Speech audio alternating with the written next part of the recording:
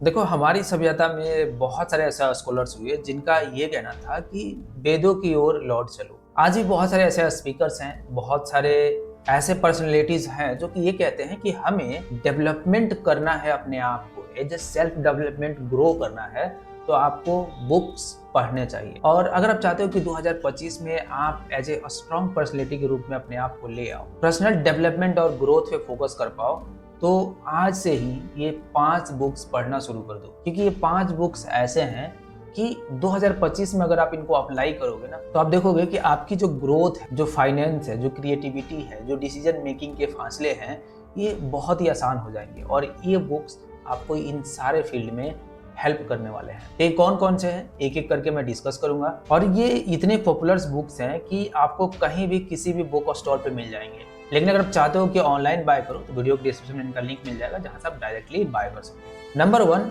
Atomic habit by James clear. अब देखो, ये बुक जो है ना, हमें बताती है कि अपनी छोटी छोटी हैबिट्स को अगर हम लोग कंट्रोल करते जाएं, इंप्रूव करते जाएं, तो बाई ओवर द ईयर हमें एक ऐसा कॉम्प्लेक्स हैबिट नजर आएगा जो कि इस तरीके कुछ पर्सनैलिटी चेंज कर देगा, जो कि हम लोग शायद चाहते भी नहीं। हमें अंदाजा भी नहीं था कि ये छोटी छोटी चेंज, छोटी छोटी हैबिट्स किस तरीके से एक बड़ा कॉम्प्लेक्स रूप में अपनी पर्सनैलिटी को डेवलप कर देती है, चेंज कर देती है। और वो चीज़ किसी भी फील्ड में हो सकता है।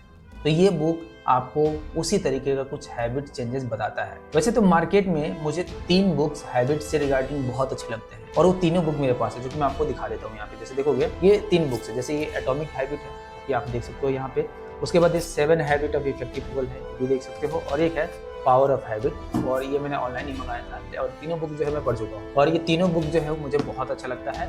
और जहाँ तक एटॉमिक हैबिट की बात करते हैं, तो ये जो है ना, थोड़ा सा एज रखता है। बाकी जो है ये 7 हैबिट ऑफ इफेक्टिव, ये भी बहुत अच्छा है। लेकिन अगर आप इनमें से किसी एक को भी पढ़ते हो ना, तो आपको अलग अलग सिनेरियो की अलग अलग तरीके से डिसीजन लेने में, हैबिट को फॉर्म करने की पूरा का पूरा जो प्रोसीजर है, वो आप अपने ऊपर अप्लाई कर सकते हो।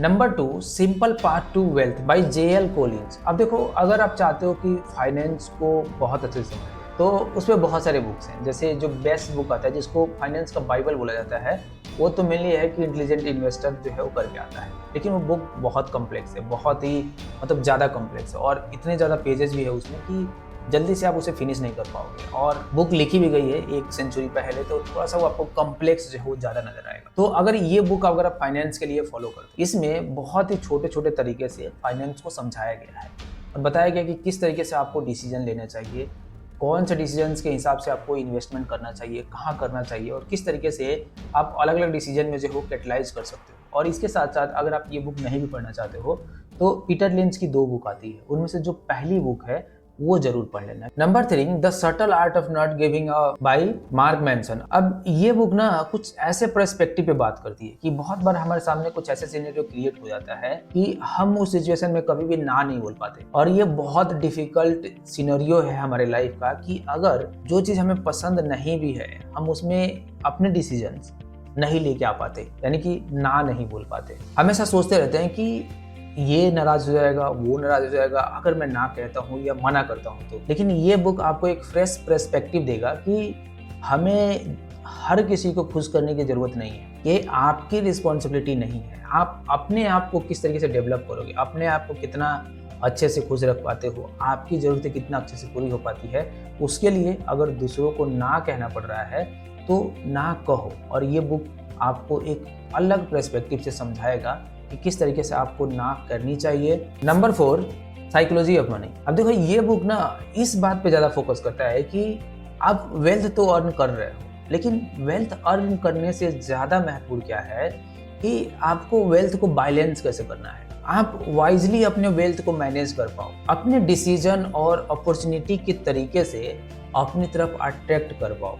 और ये सारी चीज़ें कैसे हो पाएगी, जब आप एक फ्रेश माइंडसेट बिल्ड करोगे।